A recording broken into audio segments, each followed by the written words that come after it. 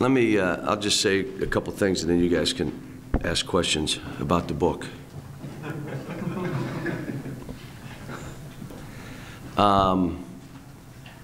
Yesterday,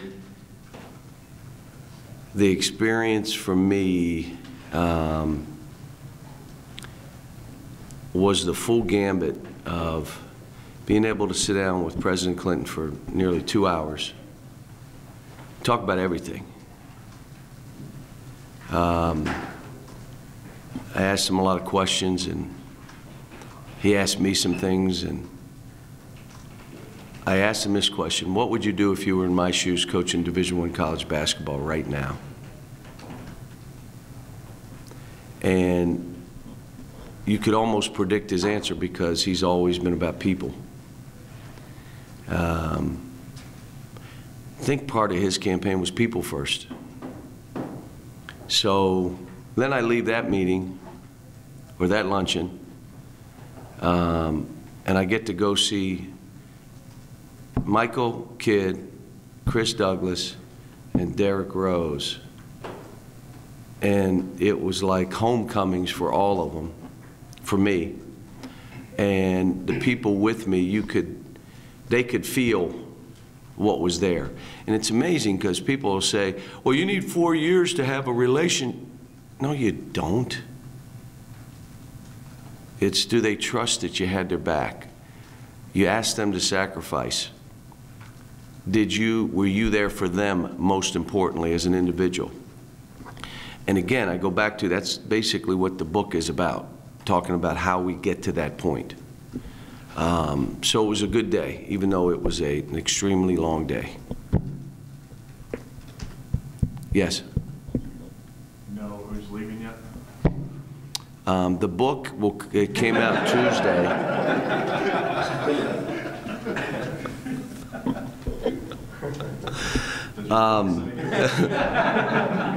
That's the next book. You know, what we did is I did what I always do. I sat down with all the kids. Some of them I met down in Dallas. All of them I met and said, do you want me to explore the NCAA or the NBA stuff with you? And a couple of them said no, and the majority of them said yes.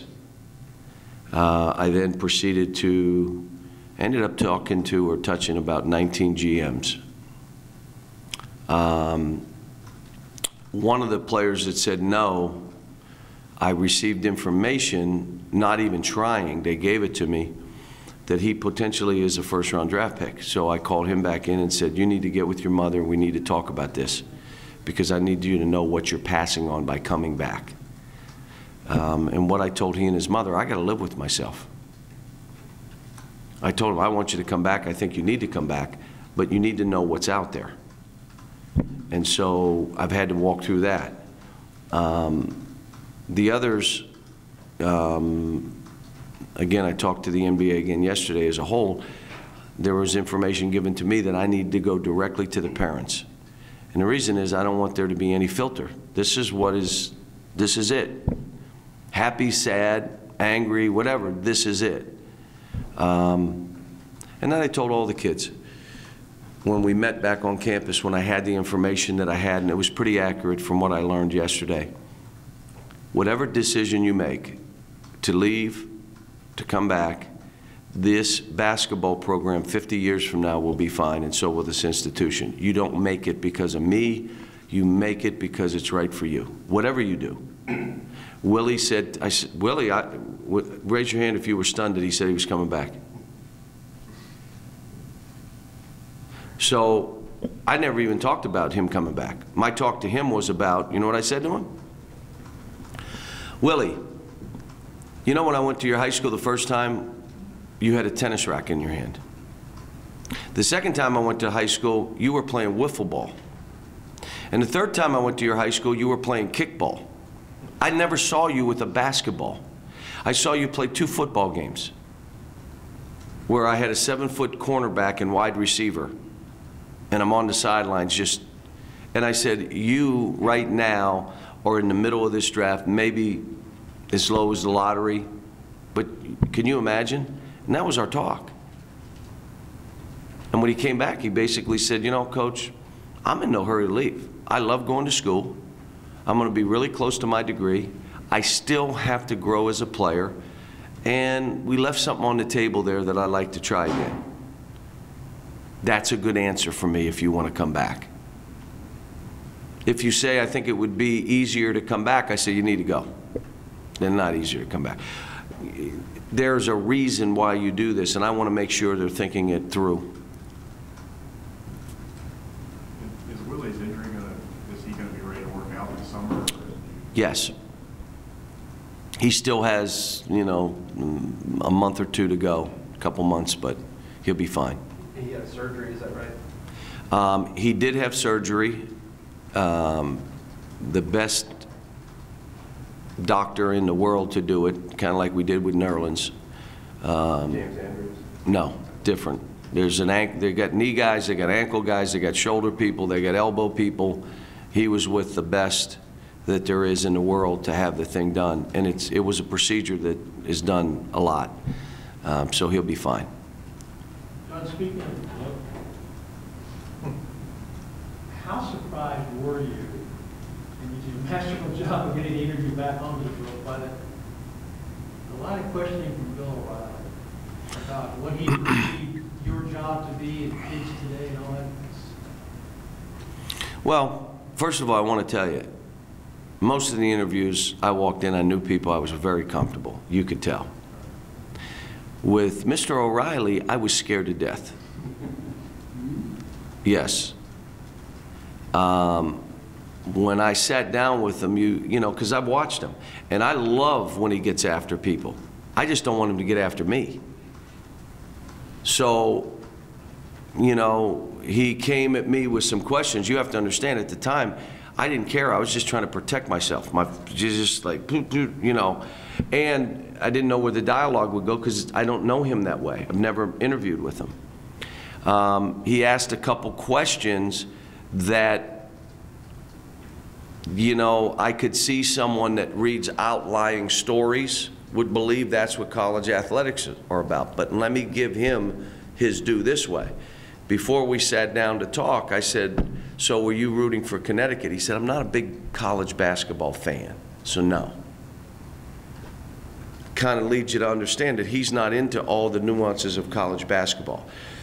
That's my defense of the questioning. But I hope when I left, he said, you know, maybe I got to step back and look at this a little different. And the second thing he said, I want to come to a game. Yeah. So he wants to come down to Lexington to do a game. So at some point, we'll have Bill O'Reilly in the first row, having to have police around him because he is a rock star. Were you surprised, though, that that image is out there still? You No. know, that someone would think No. And again, you know, people have an image of this program or me that I know is off base, that's not accurate. But they have it. How was that generated? By stories, by agendas. People have agenda. They read a story. I'm going to make this program or this guy look this way, and everything I write, I'm not changing. Even if I look ridiculous and my own credibility is at stake, I'm still going to do it. Well, you're going to lose your job. I don't care. I mean, it's what we all deal with. Cal, have you guys figured out where you're going this summer? There was a story about Carl Towns in which it said you guys are going to Spain. Is that right? We'll probably do something this summer, but I haven't made a total decision of what it'll be. It'd probably be something to do with the World Games, you know, trying to play teams from the World Games, which means we probably get beat up each game because you got NBA players on every one of those teams, but it'd be a good experience. But I haven't, listen folks, I haven't slowed down right now. And it's really good. Why is it good that I haven't slowed down? Yeah, no, that and the fact that I would think about that last game where we had a chance to win the national title, and it's a one-point game for 5 possessions. We miss a layup, we miss free throws, we miss a 3, and all of a sudden they make a 3 because eventually they were going to make a shot, and then I'd want to jump off a bridge. So just keep running, and I'm not looking back until May 2nd. I'll have my hip replaced here in town, one of the best hip doctors is right here in Lexington. And so I'll do it here and take a month to recuperate and try to get back. Cal, you think the Twins will come back? I have no idea. Have the guys who haven't made decisions yet, they give you any sense of time frame? And They have till the 26th. And then do you have to look at adding players? No, I don't. Well, we may, but this is about them, not me in the program. They have till the 27th to make a decision. We have no, I don't even know what the NCAA date is because we don't worry about it. It has nothing to do with us. The only date you have to be concerned about is the 27th, when they have to put their name in, or they don't put their name in. Are you at this point done recruiting, and would you restart? Well, we're recruiting, but we're not really recruiting, you know, anybody for our team right now. But there are some names out there, if this thing in the next week or two, and I would imagine there's players out there waiting to see if these guys leave. I'm going because I'll be able to step in. And we still have some guys that have decisions to make.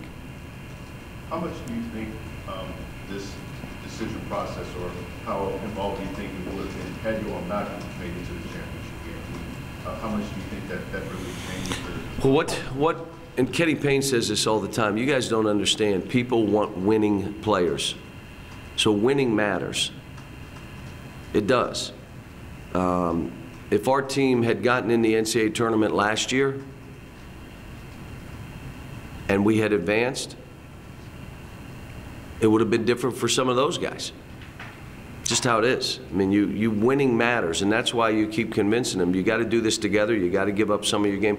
Let me tell you, last night, I go to watch that Bobcat game.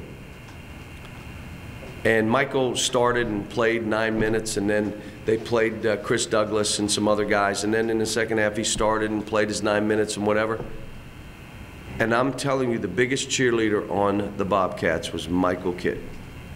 And I can't tell you how proud that makes me. He is the greatest teammate. And there is a value, there is a skill to that. We all know how hard he works. We know what a defender is. We know all that. There is a skill to that. And so to see that means that he learned it. He understands it. And I believe he learned it here. You know, again, in the book, by the way, I tell the story about the Vanderbilt game in the championship where he comes into me 30 minutes before the game and says, you need to start Darius. I go, what are you talking about? He said, Coach, the kid hasn't scored in the first 2 games. You're killing him, and we need him to win a national title. So I do start him, and I tell Darius why he's starting. Michael wants you to start in his place. Darius takes 17 shots, which you all know means we were not going to win. Michael comes off the bench, which he hadn't done all year, and gets in foul trouble because he didn't know how to come off the bench. We lose the game, but we win the national title because of a player who said, let somebody, I'll step back so they can step forward. That's the kind of stuff that's in the book, because people don't understand we're teaching servant leadership here. We're teaching guys to do less, which is more, to be wrong so someone else can be right, to take responsibility, which takes it off someone else. And how do you do it with guys that are all coming in here as the star and the only guy, the center of attention, and you're asking them to do less? Well, you know what it is? They have to know, I'll do this, but Coach, you got to have my back, because my family's life is at stake. Do you have my back? Are you going to be there for me because you want me to be there for everybody else, but I'm still trying to survive? I haven't made it yet, Coach. I'm trying to survive. That's what we talk about. Other than the one and done and the NCAA stuff, and it was just a coincidence that that food thing changed yesterday. Just a coincidence. But it did change. So I'm happy. So now we're down to 12 more things they have to do instead of 13. And I have another 15, but that'll be for another book after they get through these 12. Stu said yesterday that he's had players before who send their meal money home to their family. Yeah. Is that something you Oh yeah, they get maybe their grant money, and they send half of it home to help their family. Oh yes, sometimes more than half. They feel a responsibility to their family. Absolutely happens. See, in all this, the food was one part of it. It just showed you how ridiculous some of these things are. And they're not ridiculous because they're dumb people in the NCAA. They have 3 degrees. Well, that doesn't make them intelligent. Let me stop right there. But they are people that have common sense. So why would they have these kind of archaic rules? Because there are people within the NCAA that can't afford to feed their kids right. And those of us that can't feed our kids right because they can't feed their kids right. They can't do that. So you can't do it. That has to end. That is what is ending. It's what I talked about for the last 5 years. That has to end. The second thing is you cannot call a player professional if we're flying his family in an expense to a game, to the NCAA tournament. We fly them home a couple times a year to come to school, to go home, to go to Christmas. That makes them professional. Stop it. It doesn't. These people can't afford to do it, so you cannot do it. That's what's got to end. We can't afford to have a cost of living or a cost of attendance stipend, so you can't have it. It's got to stop. You got to stop. That's why this thing is starting to separate, which I talked about 5 years ago. And then everybody said he only does it because he's got an axe to grind with the NCAA. Really? Really? I owe a lot to the NCAA. I was able to play basketball, to get a scholarship, to go to college, to work in this profession, and the NCAA has overseen it all. No. But, and I don't agree with all the critics who are trying to take people out, but I do have a feel for where this needs to go. How much did you figure out the roster for next year? Will they come back? There's some good guys coming in. Did you read the last chapter of the book, by the way? Not good. Okay. Did anybody read the last chapter of the book? You didn't read it? Okay. You guys read slow. I know that. Maybe have someone read it for you. They also have, you can put it in a cassette form. Like they have it where you can put it in your car and listen to it. But anyway, the last chapter I talk about this year's team before the season started. And it was very dangerous because I knew it was dangerous. We didn't know where the season would go. I had no idea. But when you read what we were talking about and where we were trying to go, there is a process and there are steps. But the end result, if it looks like this, we will still be playing in April, basically what I said. Which was dangerous and ended up playing out pretty good because it was about accurate. But there is a process to what we're doing. There's a process now after the season. It's very simple what we do. We get the information. We let every player know that I really would love to coach you more, but you have a decision to make. Here's your information. Whatever decision you make, I will fight for you, coming back or leaving. Don't make it because of our university. You don't believe this, but 50 years from now, the University of Kentucky will still be here. This basketball program that Adolph Rupp built will still be what it is. The ground he built it on, the cement he built it on, what he did to have it sustain this long, think about it. His legacy lives on, and it will live for another 50 years. So make it for you and your family. We don't know what each of these families are going through. We're not living their lives. It's easy to say, well, they should go 4 years. What if your son were Bill Gates? You'd make him stay in school 4 years? Or Jordan Spieth, you'd make him stay in school? Son, you don't need to keep playing. You don't need that professional golf crap. You need that degree, really? He can go back and get a degree. Why do you have to do it in 4 years? You can't do it in 12 years? Tell me what? And they got to do it on the campus. So yeah, now they're saying you don't need college campuses. You can do it on the internet. Why waste all that money? I mean, this stuff is changing right before our eyes. Are we staying up with it? The social media, you shouldn't let those kids tweet and Facebook and why? Why don't we teach them? It's not going away.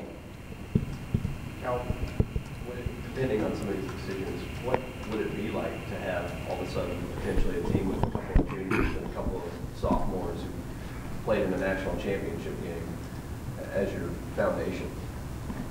Well, obviously it makes my job different than my job has been the last 4 years. And that means every one of these kids needs me in a different way.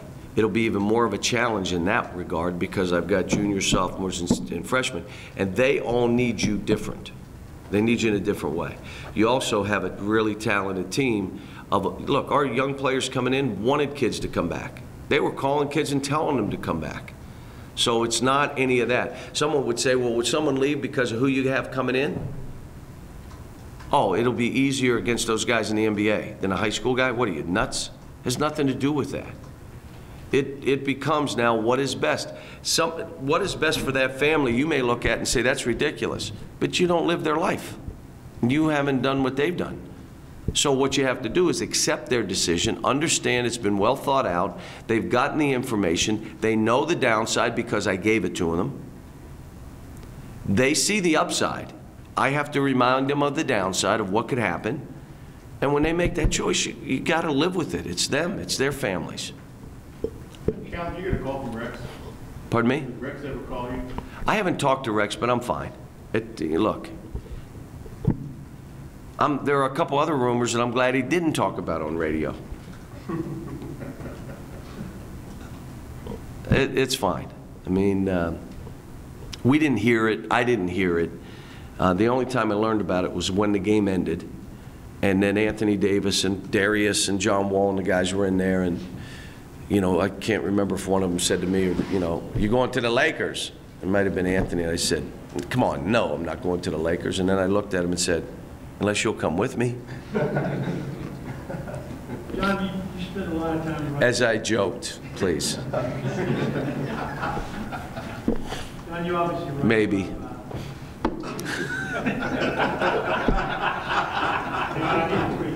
There goes Twitter. Obviously, you spend a lot of time in your book talking about the one and done. And you ask a lot of questions on the tournament troubles. That's what they always ask you.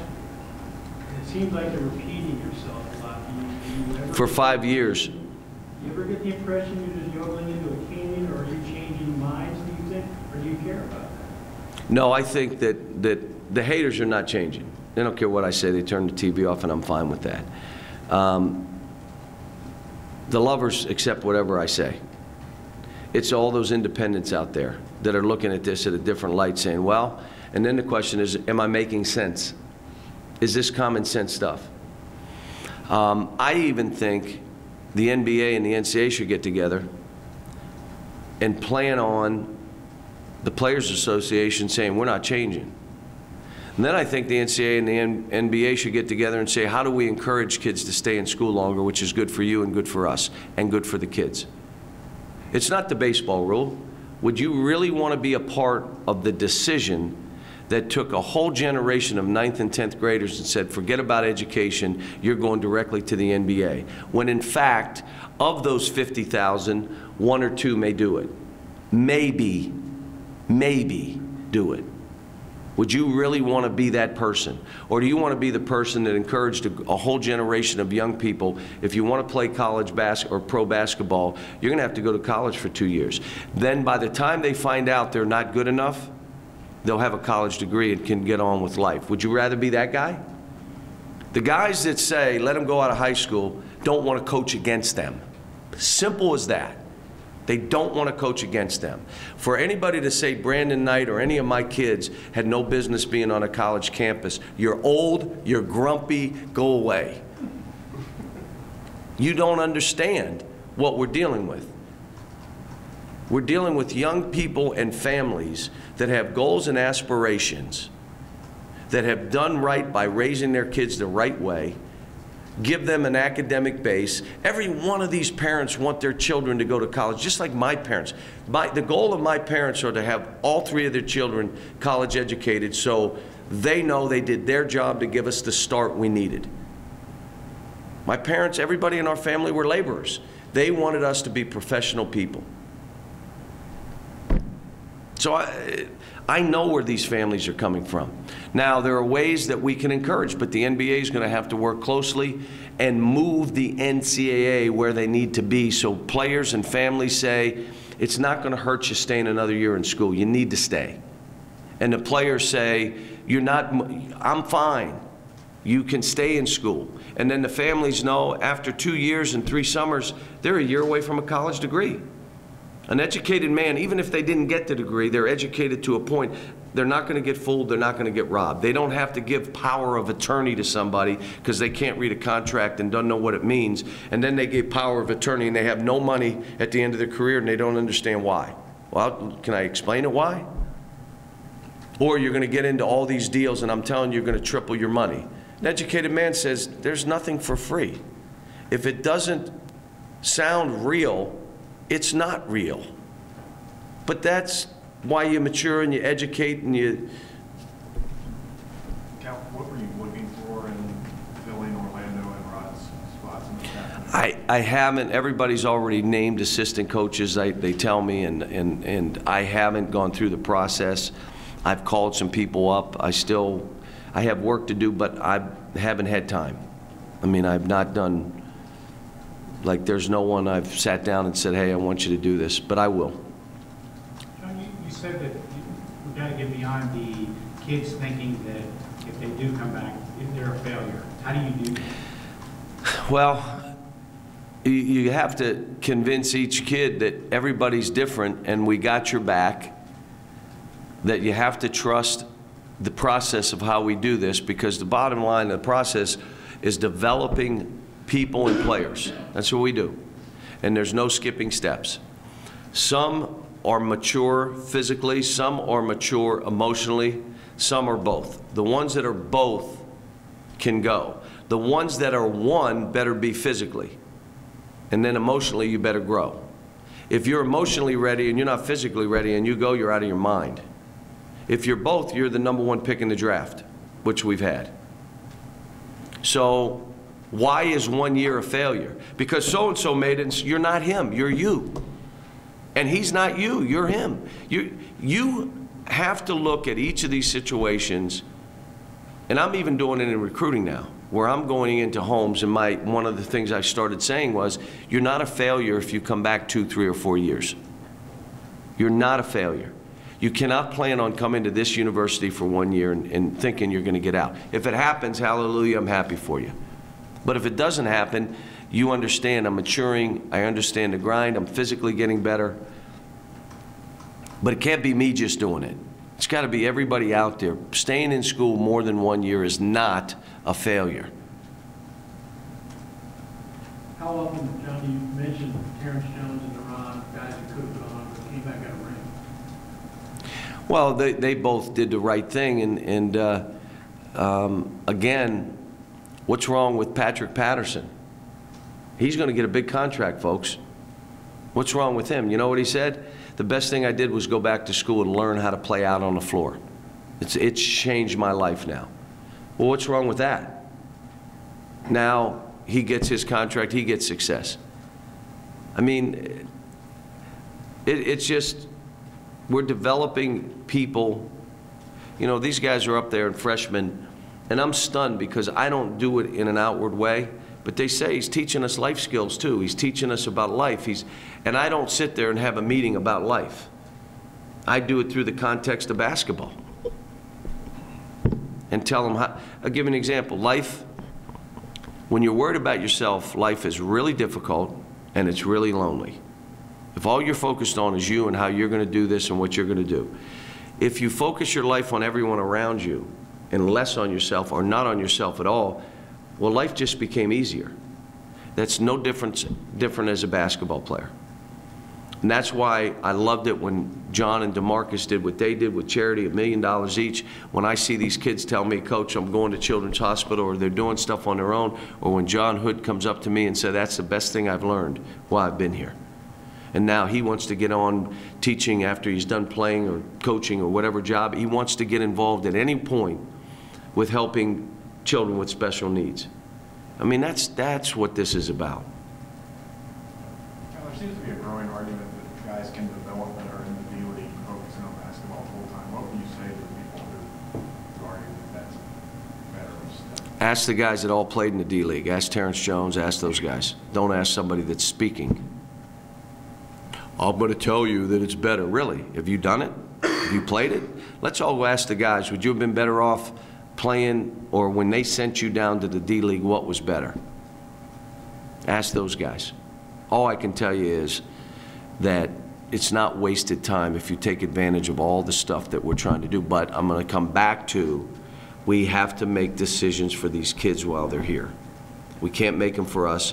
I made a statement. We've gotten into the business of running the railroad instead of moving people. And the minute you do that, the railroad goes out of business. If you're in the business of moving people, it prospers. It prospers. It feeds on itself. We're in the business of running the railroad, getting up at 8, leaving at 5. Really? Well, we can't do this. We don't. Why aren't you doing it? Because we don't.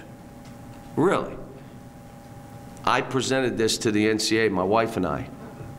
We wanted to start a fund. We'll fund it. We'll put the money in. That every player that's ever played for me, whether they be at Mass, Memphis, or Kentucky, can request a grant for their children's education. And that fund would peel off money for that reason. And when I stopped coaching 25 years later, the money that's left in that fund would be split between the Memphis, Massachusetts, and Kentucky. What was the response? No, they probably said no. It's an extra benefit. My wife and I sat there and said, we've been thinking about this for 5 years. This is what we want to do. So why can't we put $5 or $10 million in an account that spills out money that all those players that have played for me, because you'll use it in recruiting and you have an advantage.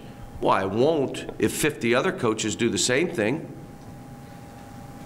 Now, 50 of us do it. We can afford, I'm not the only guy that's done well and been blessed. Well, 50 of us do it. That's bad.